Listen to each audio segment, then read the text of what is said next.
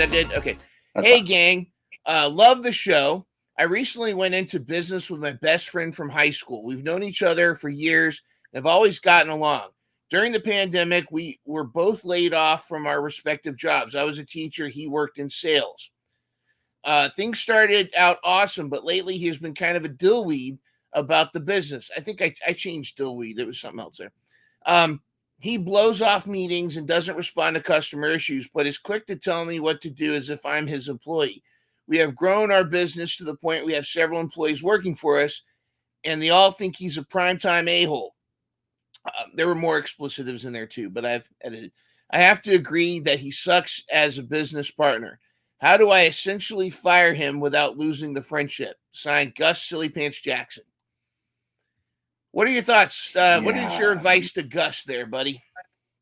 Yeah, it's a good question. I think there's a conversation that needs to be had about kind of the lines between friendship, right, like the personal and the professional, and the reality is that when you blur the lines there are things that make it more of a challenge to keep that friendship in the state that it was in, especially when you introduce things like money, right? You introduce money into a friendship like that, you run the risk of, and I think they probably should, if they didn't already have this conversation, they should have discussed it. But if not, they should discuss it now. The fact that business is never personal, right? It should not be treated as a personal attack. It's just the reality is, I think that the boss needs to, or the one who feels like he's doing more of the work, needs to kind of have this conversation and be like, look, I think you're an awesome friend. I don't know if this is entirely working out, but I think at the end of the day, before you even get there, you need to know what's going on, right? Like what's going on in that person's life. It's kind of like what we talked about earlier today. Like, yeah, you can have a conversation and kind of consider, getting rid of that person. But like, first off, figure out what the heck's going on in their world, in their life, because it's possible that they're dealing with something like maybe they lost their dog and they need somebody with a drone to come rescue their puppy. Like there are things that like could have been going on, and I feel like there's another side to this conversation that we're not seeing. But my suggestion would be to just start a dialogue, right? And don't give up on your friend Gus. I feel like Mr. Silly Pants, you have a lot of it sounds like the business is doing well, and you don't want to lose the friendship, right? And you just want to make sure that you're lighting a fire under that other person's tail, so to speak. I think you're absolutely right. I think there's probably more to the story. He might just be depressed about Pluto. I mean, did you hear about Pluto?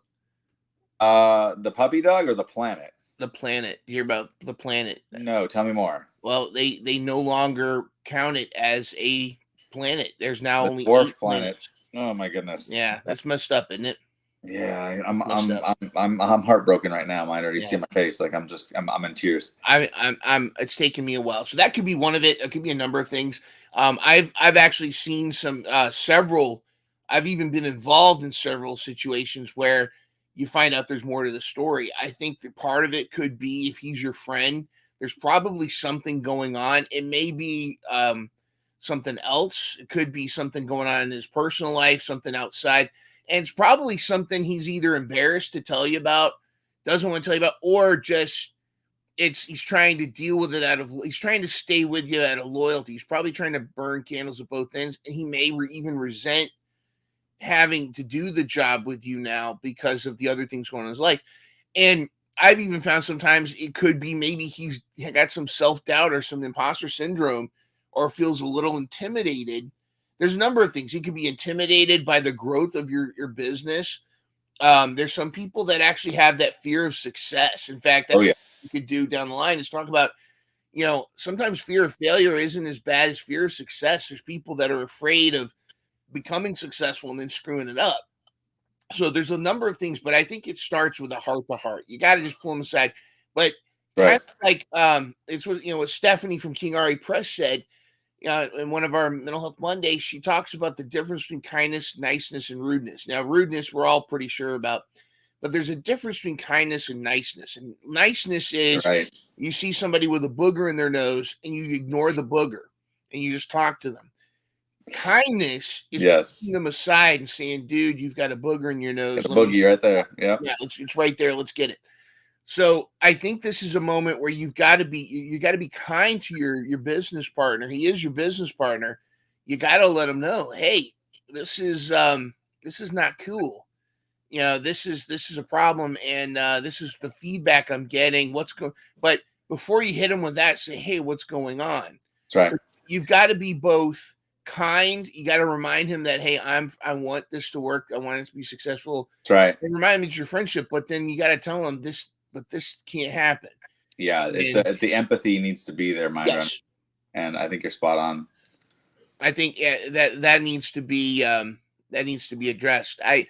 I feel bad because a lot of times friendships go sour. Heck, definitely, there's been a lot of relationships and divorce have happened when couples go into business with each other, and Oh yeah, that could really destroy a relationship because you approach it differently. Like your business relationships are not, you know, shouldn't be, and then you also got to be careful dating someone at work. That's why that stuff could happen. It's tough, but you got to have that. You got to have that. Hey, bro, what's going on?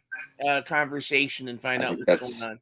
step one, is having that conversation, understanding what the Yeah, context is, and getting the full picture. Once you understand the full picture, then you can kind of make your next decision based on the information that's made available at that time.